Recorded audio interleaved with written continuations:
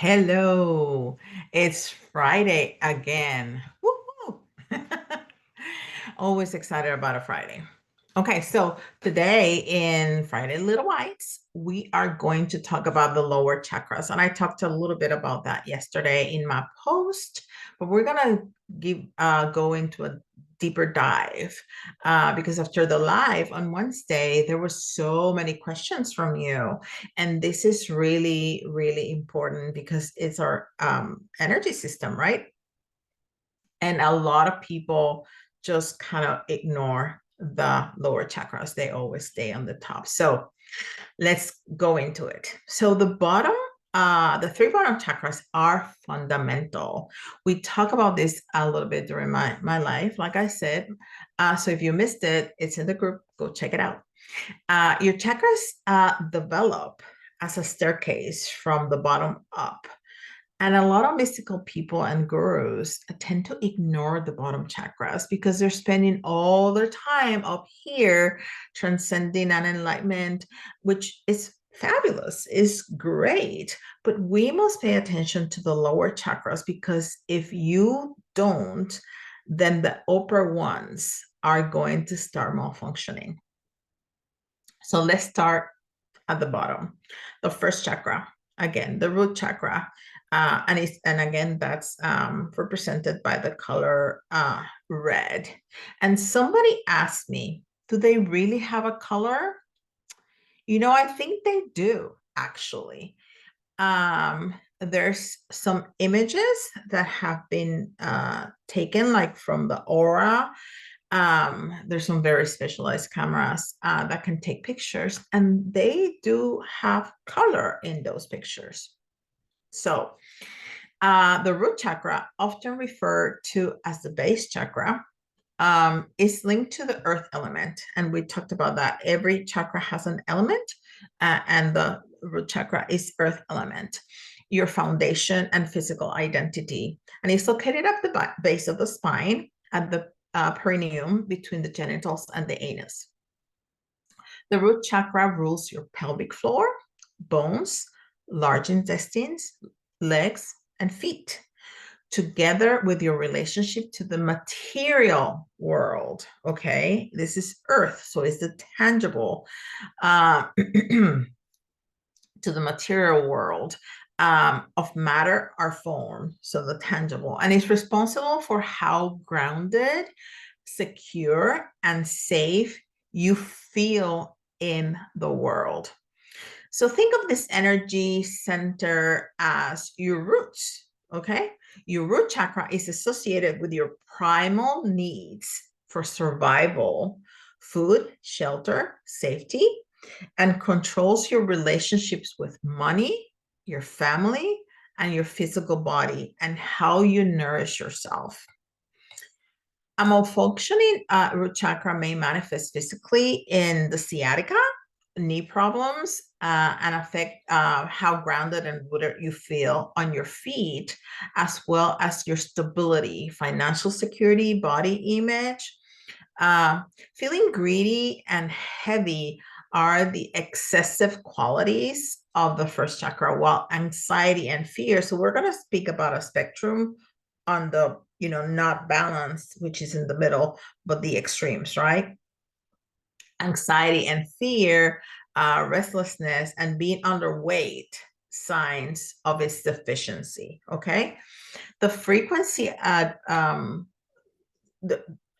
good side note: the frequency at which chakra spins and vibrate changes as your life happens, and you experience love, joy, and manage your stress levels, and address challenges that arise. When the root is balanced, you feel safe and body aware, are filled with vitality, and are able to trust as well and enjoy good health and abundance. To help balance your root chakra, you may include grounding. That's why I say grounding is so important. Grounding, walking meditations, and walking on your bare feet right on the dirt. It's beautiful. It's a great way to ground. Nurture your body with self-care practices, including nutritious foods, especially grounding vegetables, root vegetables like sweet potatoes, carrots, parsnips, things like that. All right. Also, seasonal foods, very grounding, very grounding. As organic and as fresh, if you have a little garden, very grounding, very good for you. All right, the second chakra, the sacral. Now that you feel secure and stable, your base is good. We go a little further up. You are moving into the abode of the second chakra, which is about meeting your needs and desire for pleasure. Okay. The sacral chakra is associated with the water element. So the first one is earth, the second one is water. Movement and your emotional identity is located in the pelvic bowl, just in front of your sacrum, opening into the pelvic basin, encompassing the area between your sexual organs and your navel, right in that little space. The second chakra governs your hips, inner thighs, reproductive organs, together with the urinary and circulatory systems. Sacral chakra rules your desires, emotions, sensuality, sexuality, pleasure, and the need to create, whether it's birthing your children or fostering your creative expressions in the world. When this chakra is unbalanced, your life may be controlled by impulsive behaviors, dissatisfaction with sex, relationships, with poor boundaries, materialistic attachments, and excessive need to control. Okay. Tight lower back, kidney and urinary bladder issues, frigidity and impotence, and physiological malfunctions of the second chakra.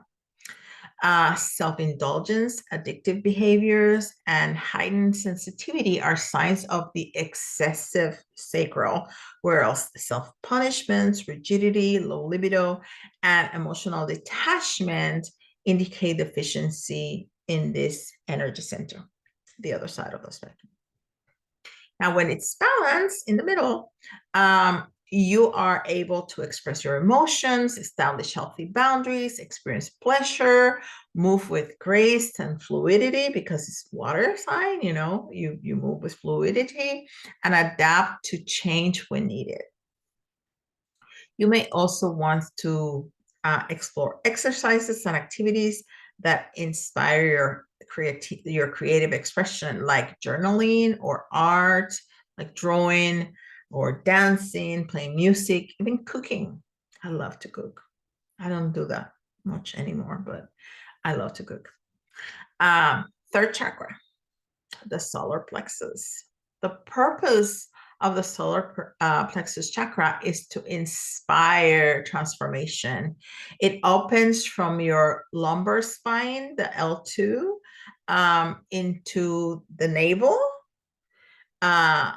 where the sacral ends, from which it extends to the solar plexus. It is a fire element, water. First is earth, then water, then fire.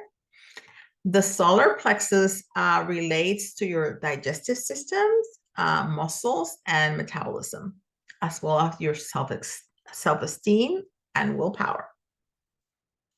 The goal of this chakra is to ignite your internal fire, strengthen your will to act, overcome lethargy, and break through sluggishness and passivity. Indications of its malfunction include poor digestion, diabetes, and ulcers. When in excess, this energy manifests in stubbornness, arrogance, and insensitivity, while when deficient, it may result in depression, introversion, heightened victim mentality, and low confidence. A balanced Third chakra presents itself in a well-functioning digestive system, confidence, good self-esteem, and living with playfulness, purpose, and determination. So to break it down, the first chakra says, I am here, I deserve to be here, I exist, and I exist on purpose. I'm not some random coincidence of the universe. I came on purpose. The second chakra,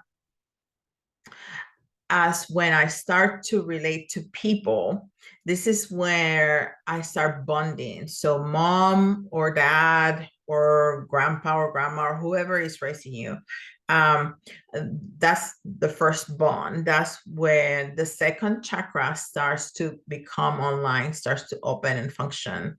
Later on, possible romantic bondings with somebody else. And then the third chakra, the solar plexus, here I am world. I'm starting to come into my power as me. So the first chakra is me in the group.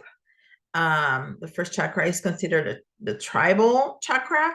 So it's me in relation to a group, whether it's family or culture. The second chakra is me in the relation with another person. And the third chakra is me in relation to me. Okay.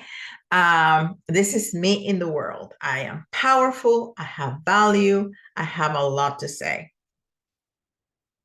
Remember that you are a system within many systems. And as such, we should never forget any parts of our system. Having your third eye open and your crown open is wonderful, but we must never forget that without a strong foundation, the top may crumble. All right. So that's Little Bites. If you still want to learn more about chakras, and next week we can explore the rest of the chakras, because people seem to be incredibly interested in the chakras, which is great because it's very important. But if you want to learn more, drop chakras, the word right chakras in the comments below, and or send me a DM, and I'll be happy to answer all your questions. And I might, just kind of continue with this for next week and do some post and maybe do the live or maybe the little bites for the rest of the chakras. And I hope you have a wonderful weekend. And if I don't talk to you, I'll see you in the group. Bye.